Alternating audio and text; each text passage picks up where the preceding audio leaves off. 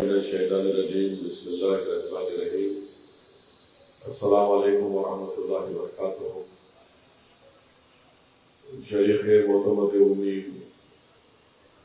جناب احمد پاشا قادری صاحب، جناب جابر احمد صاحب سینئر مجلسی قائد، وہ چیئرمین بھینسا میونسپلٹی، مجلس اتحاد المسلمین کے سینئر قائد محبوب نگر،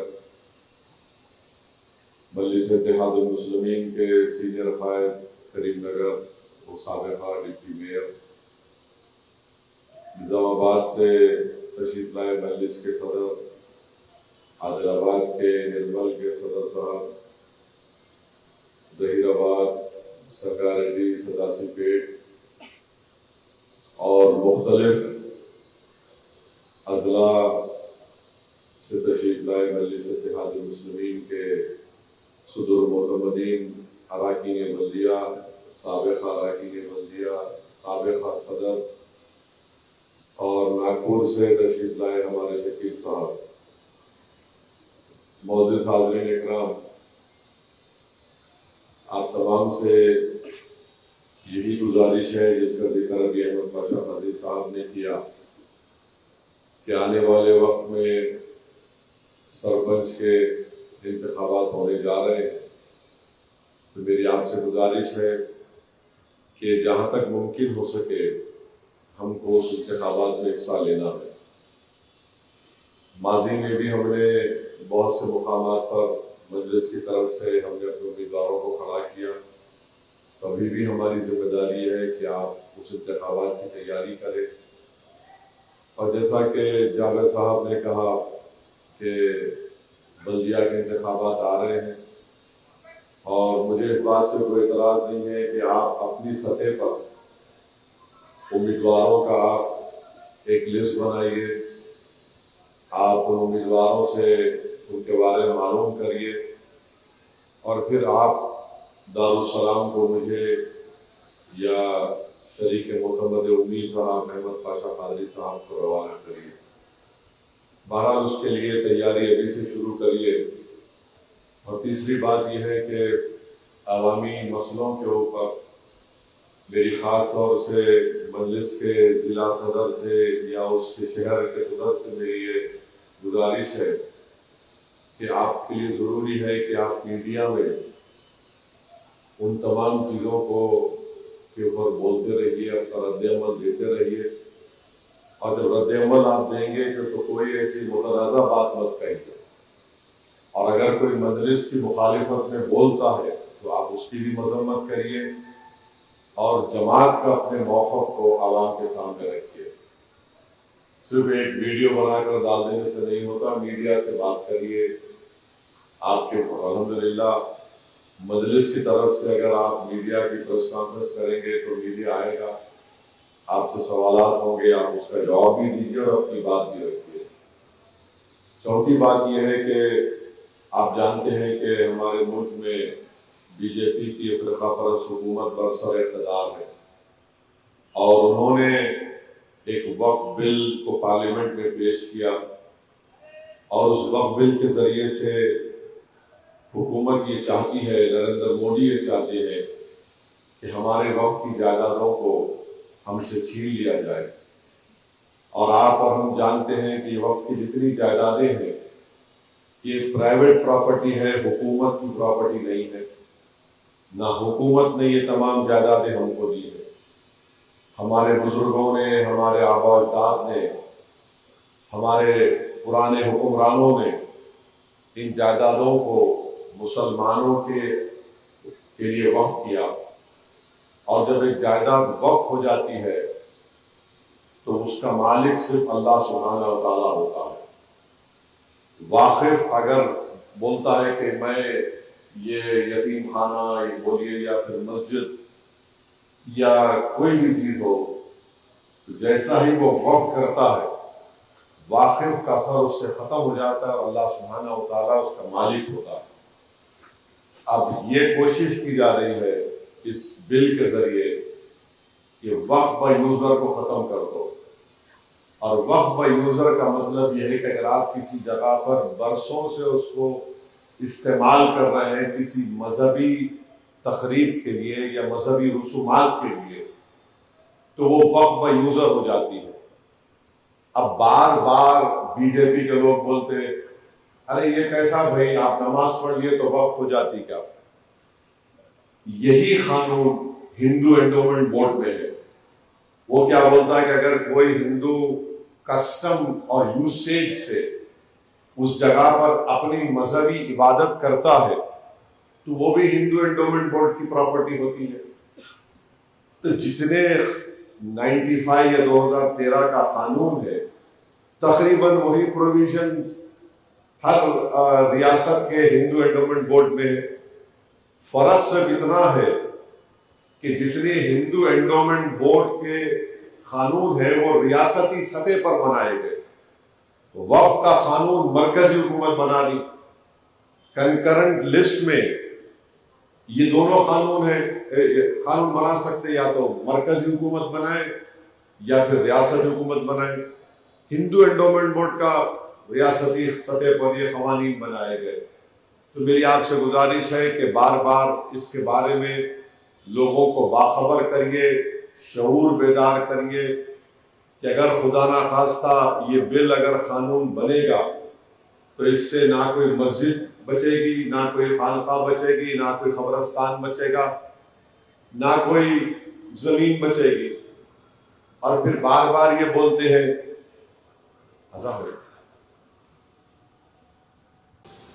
یہ وقف کے قانون کے بارے میں آپ تمام کو یہ بتا رہا ہوں۔ ایک تو وقف بائی یوزر ختم ہو رہا ہے، دوسرا اس میں متولی جو ہے زبانی طور پر کسی کو اپنا نائب متولی یا جانشین بولتا تھا، تو اورلی زبانی جو اعلان ہوتا تھا یا متولی شپ کا اس کو برخاست کر دیا جا رہا ہے۔ اور وہ کیوں کیا جا رہا ہے کہ جب متولی صاحب کا انتقال ہو جائے گا، سب کو جانا ہے دنیا سے، تو حکومت یہ چاہتی ہے کہ آپ متولی کیسے بنیں گے، آپ کے جائیداد کے پاس کیا رجسٹرڈ ڈاکومنٹ ہے بتاؤ آپ۔ اگر آپ ہندو انڈومنٹ بورڈ میں بھی دیکھیں گے تو ان کے پاس بھی وقف بائی یوزر ہے، اور کہاں سے کاغذ لائیں گے 200 سال کی 300 سال کی مندر کا مسجد کا۔ تیسرا اس میں یہ کیا جا رہا ہے کہ کلیکٹر کو پاور دیا جا رہا ہے، اور کلیکٹر صاحب سروے کمشنر سروے نہیں کرے گا، وقف کی جائیداد کلیکٹر کریں گے۔ اب کئی آپ خود جانتے ہیں کہ کئی مقامات پر ریونیو ریکارڈز میں ایک ہے، وقف کی ڈاکیومنٹ ایک ہے۔ اب کیسے کلیکٹر اپنے ہی کیس میں جج بن سکتا ہے؟ یہ تو دنیا کا ایک اصول ہے کہ کوئی بھی آدمی اپنے ہی کیس میں جج نہیں بن سکتا۔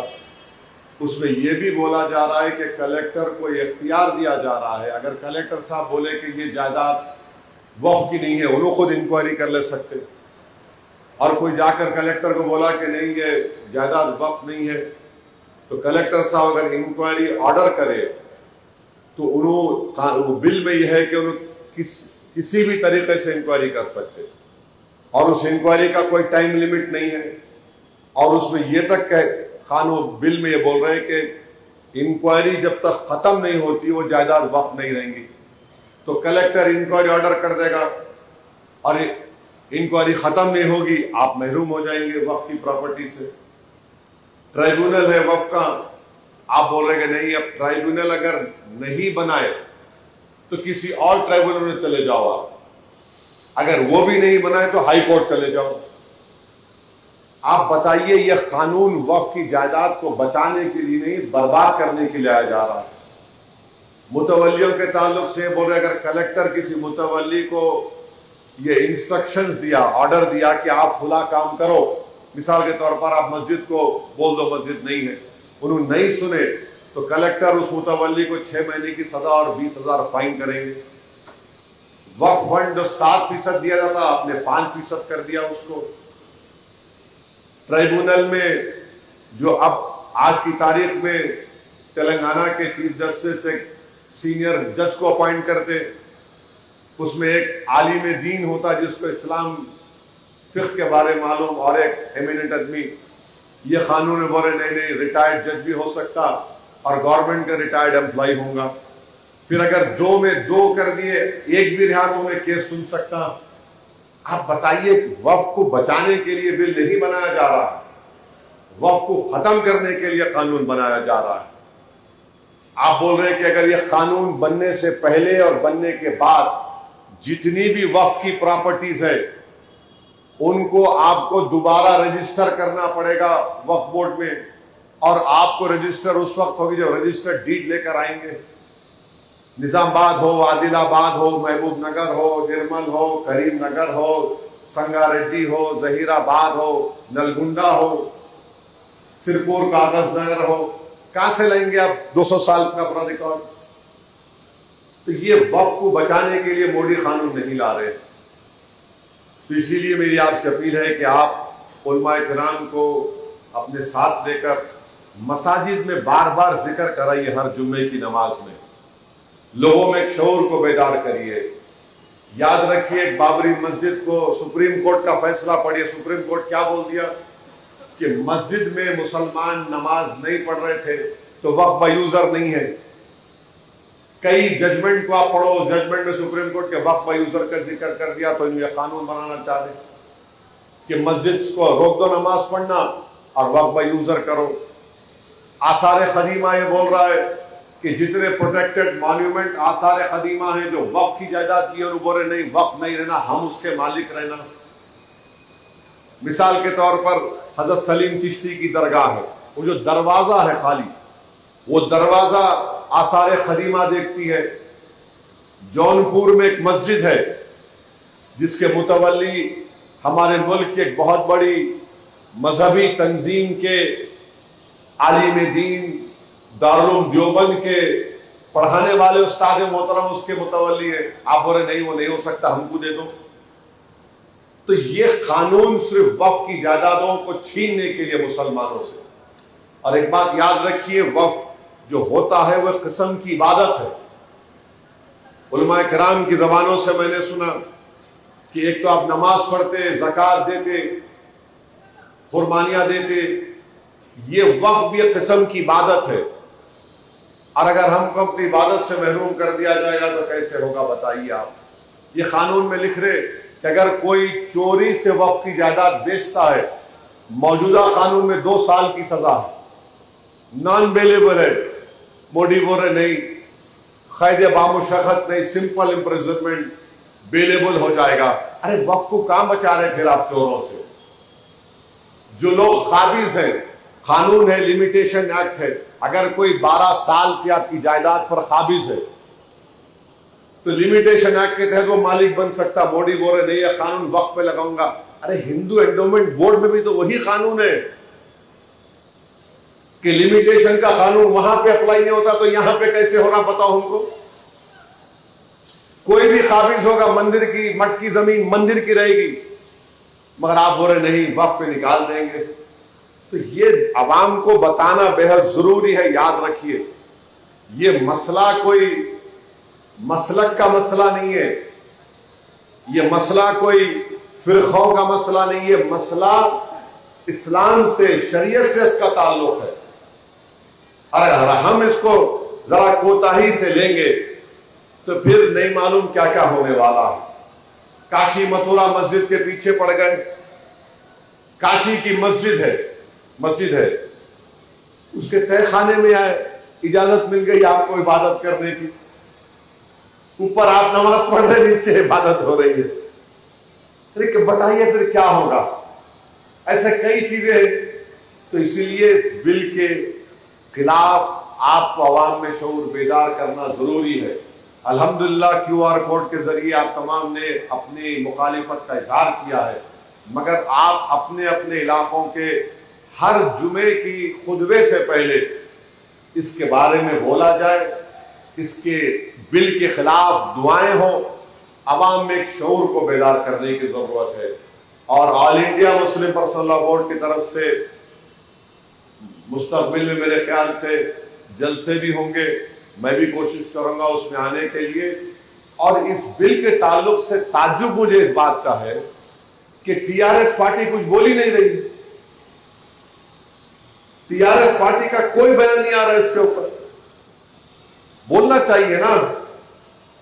میرے کو تعجب ہو رہا کہ ٹی آر ایس پارٹی اس بل پر خاموش کیوں ہے. بھائی وقف کی پراپرٹی ہے, آپ بولیے نا اس کے اوپر, مخالفت کریے مودی کی. آپ یہ مسئلہ تو کوئی مجلس کا, ٹی آر ایس کا, کانگریس کا نہیں, تو مسئلہ انصاف کا ہے.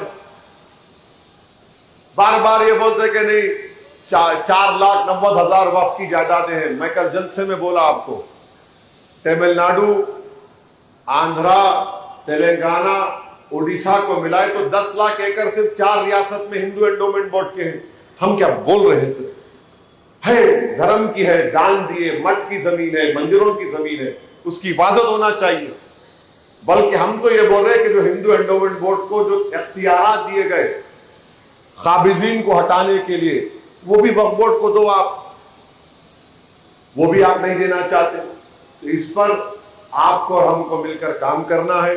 اور جینور کے تعلق سے میں آپ کو بتا رہا ہوں کہ جابر صاحب نے بھی اس پر تبصرہ کیا ہے. جینور کے ذمہ داروں نے جب مجھ سے بات کی, 10-15 منٹ کے اندر میں نے ڈی جی پی کو بولا, اور کنٹینیوس 2-3 گھنٹے تک اس دن جب یہ وہاں پر حملے کیے جا رہے تھے ایک موب کے ذریعے, مسلم اقلیت کے مساجد کو, گھروں کو, موٹر سائیکل گاڑیوں کو, دکانوں کو نشانہ بنایا جا رہا تھا. اور پھر اس کے بعد 2 اسکول میں, ایک اسکول ایک مدرسے میں بچے پھنسے ہوئے تھے. آپ نے کہا, میں فوراً ڈی جی پی سے بات کیا, اور اللہ کا کرم ہوا کہ ہم ان کو حفاظت کے بحفاظت ان کو وہاں سے نکال سکے. ان بچوں کو جو اسکول کے اور مدرسے کے طالب علم تھے. پھر اب ان کی باضابطگی کا مسئلہ ہے, تو مجلس کے جو ریلیف چیریٹیبل ٹرسٹ ہے اس کے ذریعے سے ہم نے 36 لاکھ روپئے, شاید 119 دکانیں ہیں نا مصطفیٰ, 119 دکانیں ہیں, 119 دکانیں, 44 دکانیں موٹر سائیکل ہے, اور 11 گھر ہے. ان تمام کو ہم جو ہم سے ہو سکتا ہم لوگ 36 لاکھ کی رقم ان کو سینکشن کے 36 لاکھ کی رقم ریلیف فنڈ سے دے رہے ہیں. اور ہم نے پورے متاثرین کا نام, ان کا بینک کا اکاؤنٹ نمبر منگا کر ڈائریکٹ اس میں ٹرانسفر کر, تاکہ ان کو بھی معلوم ہو جائے کہ ان کو راست ان کے اکاؤنٹ میں جا رہا ہے. تو اب تک شاید ہم لوگ 30 لاکھ جمع کریں, 1-2-3 دن کے اندر وہ بھی ہو جائے گا. پروگرام کے تحت یہ تھا کہ کل مبین صاحب اور ریاض الاسد افندی MLC صاحب جا کر وہاں پر یہ فوڈ ریشن کٹ بانٹیں گے 1000 کے قریب, مگر وہاں کے ایس پی نے اجازت نہیں دی. انہوں نے کہا کہ کل بند منایا جا رہا تھا, یا آج بند منا رہے وہاں پر. تو بہرحال جو بھی آج ہے تو ٹھیک ہے, ہم 1-2 دن کے بعد پھر یہ لوگ جائیں گے. تو ہماری حکومت سے یہی ہم کو کہنا ہے کہ یہ واقعات کیوں ہو رہے ہیں. اچھا ایک بات یاد رکھیے, جو جینور میں لوگ پکڑے گئے اس میں بی جے پی زیادہ ٹی آر ایس کے لوگ ہیں, ہے نا. آپ دیکھیں ہوں گے, کیا آپ کو معلوم ہوگا یہ کیا ہو رہا ہے, ٹی آر ایس اس پہ خاموش کیوں بیٹھی ہے. اگر یہ لوگ اپنا نہیں بولنا چاہ رہے تو پھر الگ بات ہے. وقف بل پہ نہیں بولیں گے, جینور پہ نہیں بولیں گے, ویٹ اینڈ واچ کریں گے. ٹھیک ہے, آپ ویٹ اینڈ واچ کرو, ہم بھی واچ کریں گے, پھر آپ کو پھر ویٹنگ میں رہیں گے آپ. تو یہ چیزیں ہو رہی ہیں وہاں پر. تو حکومت کا کام یہ ہے کہ وہ, میں بار بار چیف منسٹر کو, ہم پرسوں خالد سیف اللہ رحمانی صاحب کی کتاب کا رسم اجرا ہوا, اس کے بعد مولانا شاہ جمال الرحمان صاحب کے ان کے تمام جو ذمہ داران ہیں, ان کے جو متفدین ہیں یا ان کے شاگرد ہیں, وہ 6 رکنی ممبر آئے تھے. میں سی ایم کو بولا کہ بیٹھیے, آفس میں بیٹھے, ریونت ریڈی میں شکریہ ادا کروں گا, وقت دیے, پورا بیٹھ کر ان سے ہم پورا بات کیے, یہ ہے, یہ چیز ہو رہی, یہ چیز ہو رہی, اور اس کو کرنا چاہیے. تو ریونت ریڈی بھی بولے کہ میں ایک آئی جی کو وہیں بٹھا کے رکھا, additional D G Mahesh Bhagwat کو بھیجایا ہوں. ہمارا ان کو بولنا یہ تھا کہ جو پرانا عادل آباد, جو پرانا کریم نگر ہے, جو پرانا رنگا ریڈی ہے, جو پرانا محبوب نگر کے علاقے ہیں, جہاں پر ایک تاریخ ہے, جہاں پر وقتاً فوقتاً کچھ نہ کچھ واقعات ہوتے ہیں. ان مقامات پر آپ ایک بہترین پولیس آفیسر متقرر کرو، نہ وہ ان مسلمانوں کا ساتھ دے نہ دوسرے مذہب کا ساتھ دے، بس لا اینڈ آرڈر کو مینٹین کرے، کسی کی جان کو نقصان نہ ہو، کسی کے دکان کو نقصان نہ ہو، کسی کے گھر کو نقصان نہ ہو. اب ہر کوئی ایک موب کو لے کر آ کر دکانوں کو جلائیں گا، مسجد پہ حملہ کریں گا، یہ ٹھیک نہیں ہے نا. یہ تو حکومت کا اقبال متاثر ہوتا ہے اس سے، اور اس کے پولیس کے تعلق سے لوگوں میں اعتماد کم ہو جاتا ہے کہ بھائی پولیس کی موجودگی میں سب ہو رہا ہے. تو S P, additional S P, D Y S P, inspector, اچھے لوگوں کا اگر تقرر حکومت کرے گی، کوئی بھی پاور میں رہو، مگر عوام کو تکلیف نہیں ہونا چاہیے. اب آپ اندازہ لگائیے کہ ایک وہاں پر کپڑوں کی دکان ہے جینور میں، پوری دکان 3.5-4 کروڑ کی برباد ہو گئی. آدمی روڈ پہ آ گیا، گھر میں نقصان، مسجدوں پہ نقصان. اچھا حیرت انگیز بات یہ جینور میں کہ مسجد میں حملہ کرے تو پہلے جا کر کیا کرے، وہ جو کیا بولتے سی سی ٹی وی کا وہ رہتا نا ڈبہ، ڈی وی آر لے کے بھاگ رہے یہ ظالم لوگ. میں نے ان کو معلوم بولے کہ بھاگ گئے تو ہمارا ریکارڈنگ نہیں آئیں گی. اچھا جو جینور کی پولیس کو میں یہ بتانا چاہ رہا ہوں، ارے جو آدمی پیٹرول لا کے دیا اس کو تو پکڑو، تم ایف آئی آر میں نام کیوں نہیں لکھ رہے اس کا؟ اگر 110 گھروں پر حملہ ہوا ہے تو 110 ایف آئی آر ایشو ہونا وہاں پہ.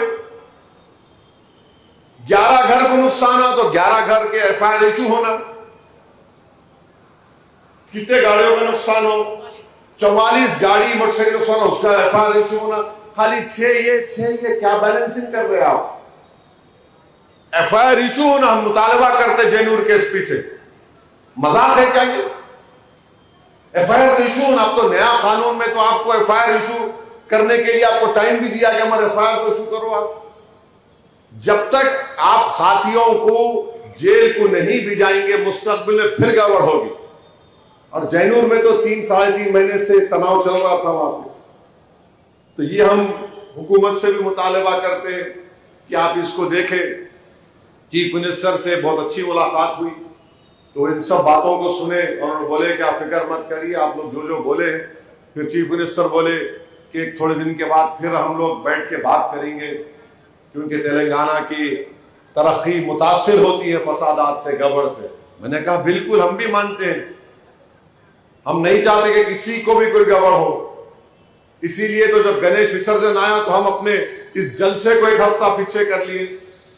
میلاد کمیٹی کے لوگوں کو بولے کہ بھائی جلوس آپ بعد میں نکالیے، شہر کا امن ہمارے لیے بہت ضروری ہے، تلنگانہ کا امن ہمارے لیے بہت ضروری ہے. اور ہم بار بار حکومت سے بول رہے کہ کسی کا بھی مذہبی تہوار ہو آپ روٹ بنائیے، روٹ پہ سی سی ٹی وی کیمرہ لگائیے. اب تو پولیس والے خود اپنے کپڑوں کے اوپر کیمرہ لگا سکتے ہیں، آپ فالو کریے ان کو. جو بدماشی کر رہا ہو اس کو آپ کیس بک کرو، اس کے اوپر آپ کے پاس اب تو وہ ایویڈنس بھی کورٹ میں پروڈیوس ہو سکتا ہے. جو نیا قانون پارلیمنٹ میں پاس ہوا، ویڈیو ایویڈنس پروو ہو سکتا ہے، اس سے استعمال کر سکتے ہیں آپ. تو یہ باتیں ہیں جو میں آپ کے سامنے عرض کرنا چاہتا تھا. بہرحال آنے والے دنوں میں سرپنچ کا الیکشن ہے، پھر چند مہینوں کے بعد بلدیہ کے انتخابات ہوں گے. تو انشاءاللہ تعالیٰ پروگرام بنائیے، اور آپ جلسے کرنا چاہتے ہیں، میں پہلے بھی کہہ رہا ہوں آج بھی کہہ رہا ہوں، جو لوگ جلسہ کرنا چاہتے ہیں ٹائم لو آپ مجھ سے، میں آج نہیں کل کا ٹائم دوں گا. اگر آپ بیٹھ کے شکایت نہیں کرنا صاحب آپ نہیں آ رہے، میں ساری دنیا میں پھر رہا ہوں، اپنی ریاست میں نہیں پھر سکتا. میں یہ تھالیاں مار کے کیا کر رہے، آپ بھی نہیں کر رہے پروگرام، میں کیا کروں؟ آپ نہ کرنا نہیں چاہ رہے، ہم دیکھ لے رہے، سب خوش ہو جا رہے، ٹھیک ہے دیکھ لو پھر. ارے بھائی آپ حرکت کریے نا، جماعت کا پروگرام کریے. حال الیکشن سے پہلے آپ اٹھیں گے اور میں دولہے کی طرح سیرا بن کے آ جاؤں گا، تو ہوتا کیا؟ تیاری کرنا پڑتا ہے آپ کو اس بارے میں. اور چھوٹے چھوٹے اختلافات کو بالائے طاق رکھیے.